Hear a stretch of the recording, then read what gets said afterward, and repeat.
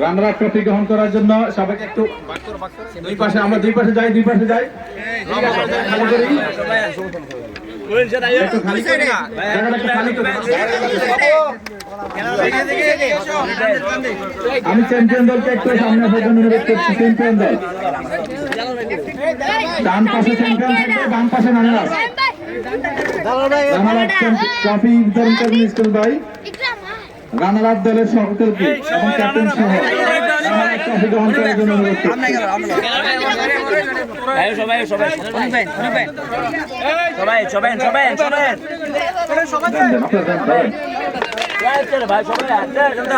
Runner up trophy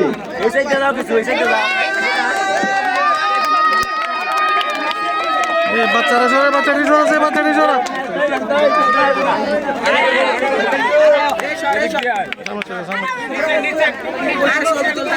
জোরে হাত তালি হবে।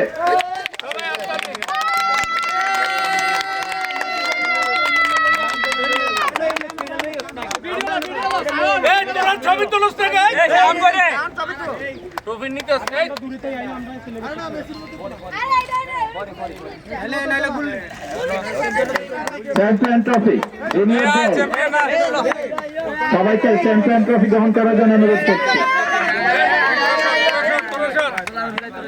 সামনে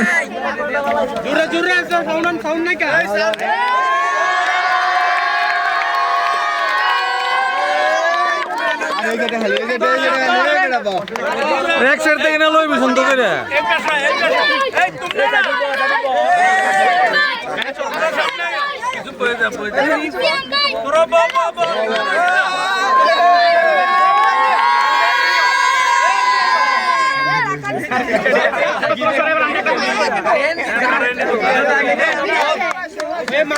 আগামীতে যখন বল খেলা শুরু হয়, ফুটবল খেলা যাতে শুরু হয়, ব্যাডমিন্টন যদি হয় তাহলে আমরা চেষ্টা করবো ইনশাল্লাহ।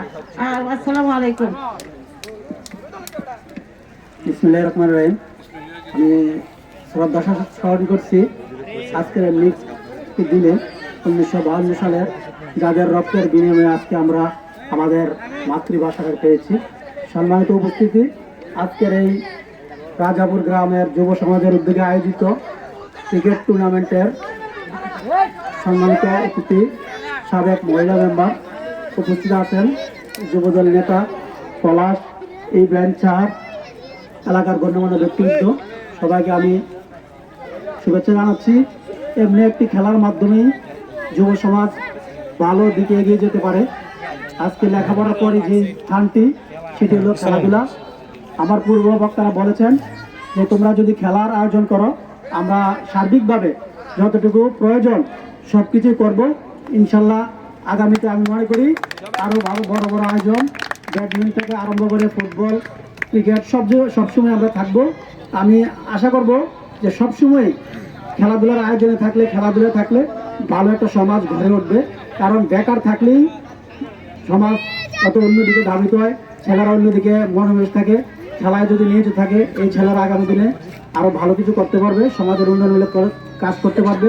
পাশাপাশি আমি সবাইকে অনুরোধ করবো, রাজাপুর গ্রামবাসীর যে যুব সমাজ আছে সবাইকে আমি অনুরোধ করবো, সবাই যাতে ভালো কাজে জড়িত থাকে। ভালো কাজে জড়িত থাকলে আমরা সবাই তোমাদেরকে সহযোগিতা করবো এবং গ্রামের সুনাম হবে, এলাকার সুনাম হবে। কারোর কিছু ভেদাভেদ না রেখে সবাই মিলেমিশে চলবা, এই আহ্বান রেখে, এই অনুরোধ রেখে আমি আমার বক্তব্য শেষ করি। আসসালামু আলাইকুম। আসসালামু আলাইকুম। আমাদের শ্রদ্ধা বড় ভাই মুরব্বী যারা দিকনির্দেশমূলক কথা বলেছে আমরা মেনে চলবো ইনশাআল্লাহ। আমি সবার দৃষ্টি আকর্ষণ করছি, জুনিয়র সিনিয়র সকলের, আমরা সবাই কাইন্ডলি একটু প্যান্ডেলের সামনে আসি। আমরা খুব গুরুত্বপূর্ণ দু চারটা কথা বলবো সকলকে। তামের ব্যাট ট্যাট নিয়ে সব এদিকে আসো। আমরা সেই উদ্দেশ্যে আল্লাহ তাআলার কাছে অবশ্যই দোয়া করব যেন সবার নেক হাত দেয় এবং মনে আরো শক্তি দেয়। ফেব্রুয়ারি বাদ আসর হইতে রাজাপুর কেন্দ্রীয় ময়দানে বার্ষিক 31তম তাফসীরুল কোরআন মাহফিল, যেটা রাজাপুর সমাজ কর্তৃক আয়োজিত। এটার উদ্যোক্তা সবাই, রাজাপুরের সবাই।